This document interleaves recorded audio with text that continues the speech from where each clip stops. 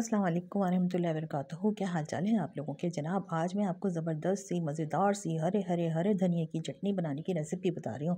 ये चटनी दाल चावल के साथ भी खाई जाती है, समोसों के साथ भी खाई जाती है, फ्रेंच फ्राइज़ के साथ भी खाई जाती है। एक हरी मिर्च ली है, 3 अदद टमाटर लिए हैं, आधा हमने लहसुन लिया है छील के, थोड़ा इमली का हमने पानी लिया है और थोड़ी सी पिसी हुई मिर्चें हैं और नमक है। इतनी लाजवाब ये चटनी होती है। मैं कहती हूँ ये मेरे जो भाई जो फ्रेंच फ्राइज़ बना के बेच रहे होते हैं, अगर वो फ्राइज़ के ऊपर ये चटनी डाल के बेचें ना तो उनकी सेल डबल हो जाए, दुगनी हो जाए उनकी सेल, और लोग उनकी चटनी के दीवाने हो जाए। इतनी लाजवाब ये चटनी होती है कि मटर पुलाव के साथ भी खा सकते हैं आप, हर चीज़ के साथ खा सकते हैं, समोसों के साथ खा सकते हैं। अब हरा हरा हरा धनिया आया है, इतनी बेहतरीन सर्दियाँ हैं तो इंजॉय कीजिए इस चटनी को। मैंने इमली का पानी डाला है इसके अंदर, इमली का गूदा, और उसके बाद मैंने बहुत सारा हरा धनिया ले लिया, 3 अदद टमाटर ले लिया, आपकी मर्ज़ी आप जितने टमाटर चाहें ले लें और जितना हरा धनिया चाहें ले लें।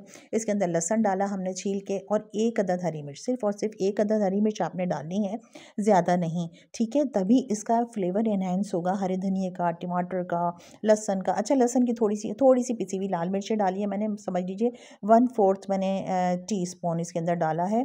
इसके साथ साथ मैं इसमें नमक डाल रही हूँ। अच्छा, इसमें लहसुन डलता है तो होता क्या है कि चटनी खाने के बाद थोड़ी सी मुँह में से स्मेल आती है लहसुन की, तो आप परेशान ना होइएगा। देखिए, जहाँ इसके थोड़े बेनिफिट्स भी तो कितने हैं ना लहसुन के, तो अगर स्मेल आती है तो कोई आप माउथ फ्रेशनर ले लीजिए, कोई सुपारी ले लीजिए, आप इलायची खा लीजिए तो वो स्मेल ख़त्म हो जाएगी। लेकिन इतना लाजवाब टेस्ट होता है ना इस हरे धनिए की चटनी का कि जो कोई भी ये चटनी एक बार बना लेगा ना तो उसके घर में हर वक्त ये चटनी मौजूद होगी। और ख़ास तौर से सर्दियों के सीज़न में हरा धनिया बेशुमार आपको मिल जाता है, फ्री में भी दे देते हैं सब्ज़ी वाले जनाब। ये हमने चटनी तैयार कर ली है, इतनी लाजवाब, इतनी बेहतरीन। 10 से 15 दिन आपकी आराम से एयर टाइट जार में आप इसको फ्रिज के अंदर रखिए, आपकी चटनी चलेगी। और जब हरा धनिया आता है ना तो उसको फजूल ना समझा कीजिए, ओ ओ थोड़ा सा एक ड्रॉप चटनी का नीचे गिर गया, आई एम सो सॉरी।